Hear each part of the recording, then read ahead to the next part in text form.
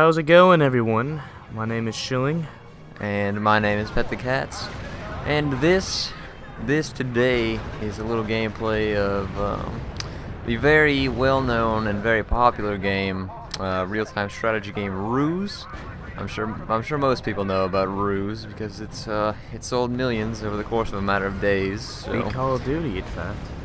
Indeed, and those are obviously real numbers, by the way. But yeah, so this is a three-way gameplay with me, Michael, and another friend of ours over Xbox Live there.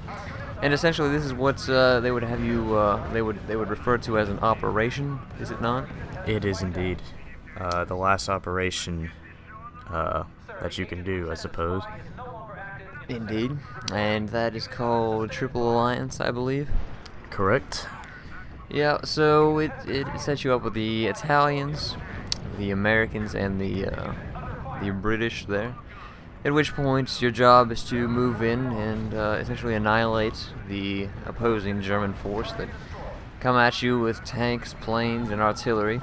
And they're near godlike, so Yeah, even surviving is a mere feat, essentially. Exactly. They have their technology. They get all the technology. So they're ridiculously amazing, and each team only gets a certain amount of what they would usually produce. Like the British, of course, only really get planes. I guess they get some artillery bunkers, but then the Americans get what do they get? Tanks and yeah, they're the main attacking force essentially. So, they throw out the tanks and whatnot. Then they also have the artillery, which, as you might note from this gameplay, comes in handy. Sadly, though, we have yet to beat Triple Alliance. We've played it a near 50 times now. And essentially, we're drawn to it every single time just because it is so frustrating and it is so challenging that it's essentially different every time we play it with regards to where we end up, how well we do, and whatnot. Right. But this gameplay here is the best we've done so far. Essentially, we were firing on the headquarters, which would have been needed to essentially win the game, win the mission, and whatnot. But sadly enough, they threw on a camouflage net, which does not allow us to see their bases or their buildings and whatnot. So artillery essentially becomes useless at that point, and with 2 minutes left in the game or something like that, it made no sense to even try to fathom an attack after that one. right. Well, yeah, they're ridiculous, and we never said what the Italians got. Italians only get some things that are very good for defending. They get some weak tanks, but they get a nice AA and anti-tank gun, but that's about it. So they're more on the defense side. Which Indeed. I guess we've changed our strategy like each time.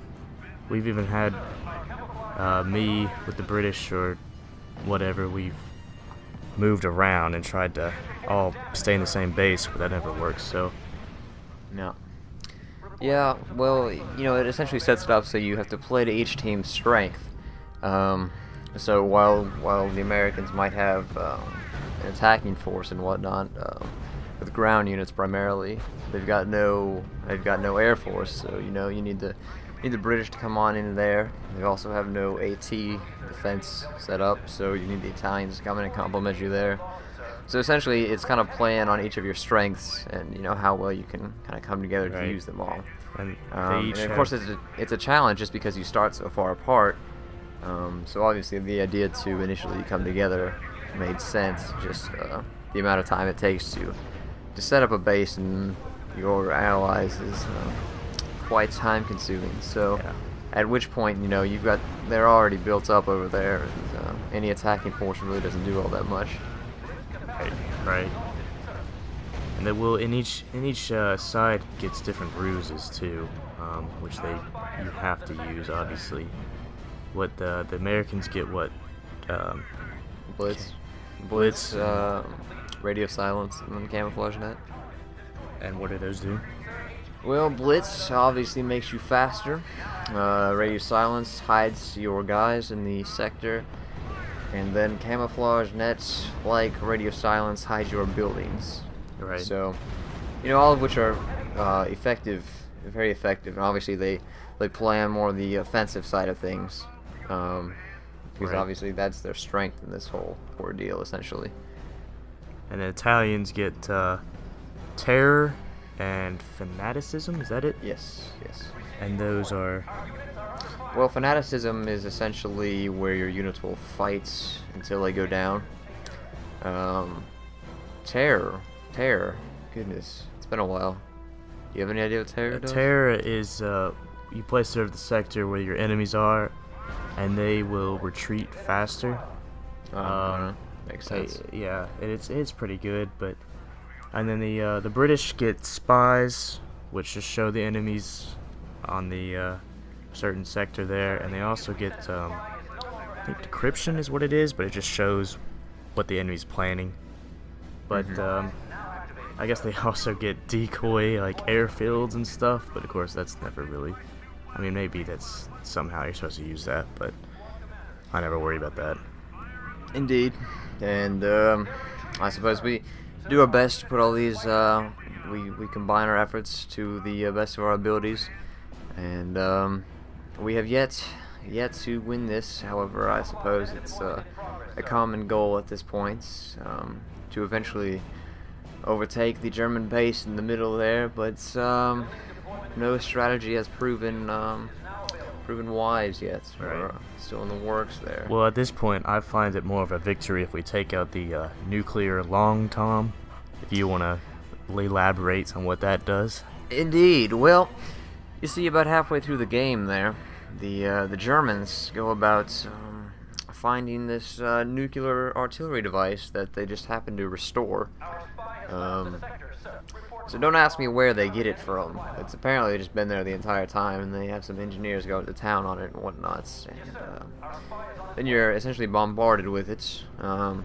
It's pretty much a one-hit KO on your base, your units, anyone in the area. So that obviously causes some problems. Right. But really here, the underlying issue behind all of our problems seems to rely solely upon the game itself and Ruse's most prominent flaw. And sadly enough, that is multiplayer. Essentially, one might want to say multiplayer is Ruse's strongest point, which it technically is. But there's one flaw cripples the multiplayer experience altogether, and that would be that there's a clear differential in gameplay between players. So essentially, at one point, one player might drop out of sync. So while your score might read 100 to 50, their score might read 3,000 to 70, and it really doesn't make any sense. So essentially, you just have units moving around by themselves without command, and you might think you're playing with your partner there, but you're actually just playing with the AI version of your partner. So that obviously makes the task a little more difficult. Well, luckily enough, me and Michael are able to connect throughout the entire game. However, our third is not so fortunate, and because of that, we kind of lose a major component in the war.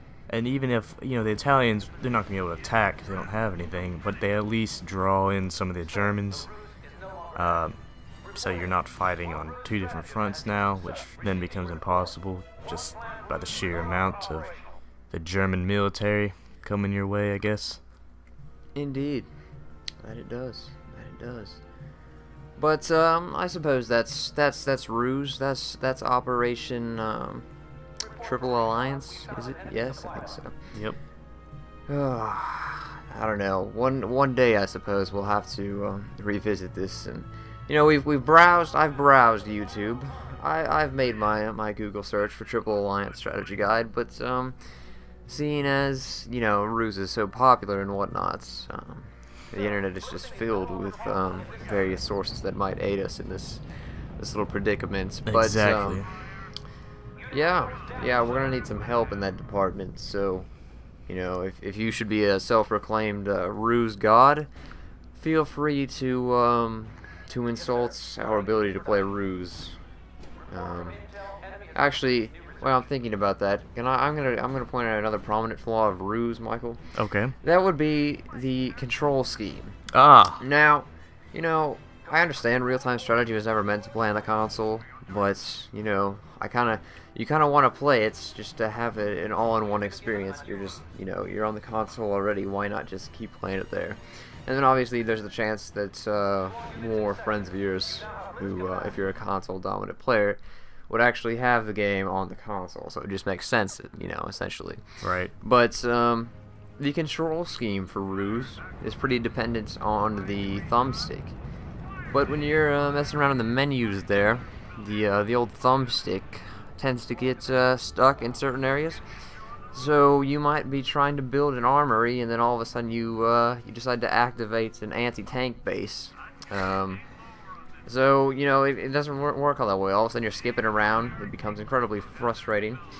And I'm sure I exampled that a few times in this brief commentary here. But I don't know. That'd be obviously another major complaint. And it's not like Ruse is a bad game or anything like that.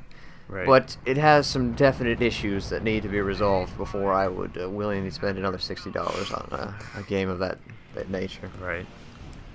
Alright, well that's pretty much Ruse. On a completely different note, we have now finally put up a video on the Pixel Enemy Theater. Sam, could you please elaborate on what exactly that is? Well, let me start off by saying that Pixel Enemy is a very nice little community channel there.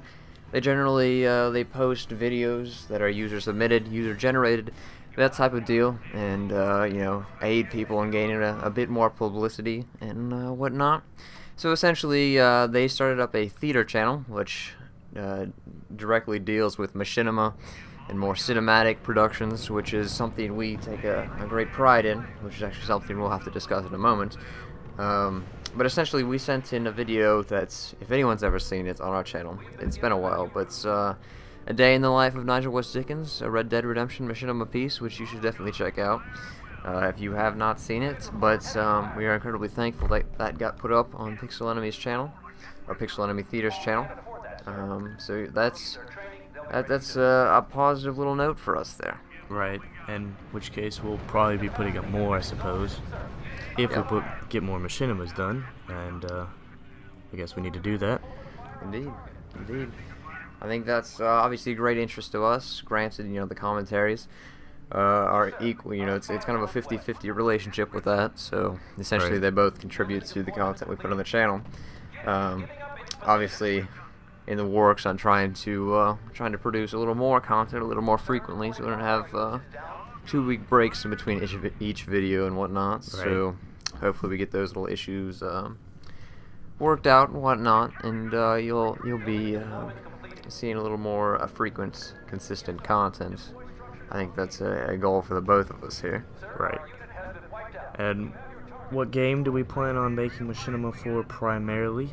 Well, the game we do plan on making machinima for is none other than the fantastic Red Dead Redemption, available on Xbox 360 there, and currently in the process of working on a more feature-length production here. It's still in the planning stages at this time, but it's something that we both want to do, have a much more serious and cinematic approach to it, and hopefully it turns out well, and everyone involved can enjoy it. But we're obviously looking for people that do have Red Dead Redemption on the Xbox 360. It's not outside the realm of possibilities to also ask for some voice talents if you are at all interested in providing some commentary and or dialogue for the upcoming production here. But certainly, we're definitely in need of some acting for the video itself. So once again, if you have Red Dead Redemption on the Xbox 360 and are interested, you should definitely hit us up, whether it be through YouTube or Xbox itself. But I suppose that just about does it for this here commentary. My name is Pet the Cats. And I am Shilling. And we thank you for watching.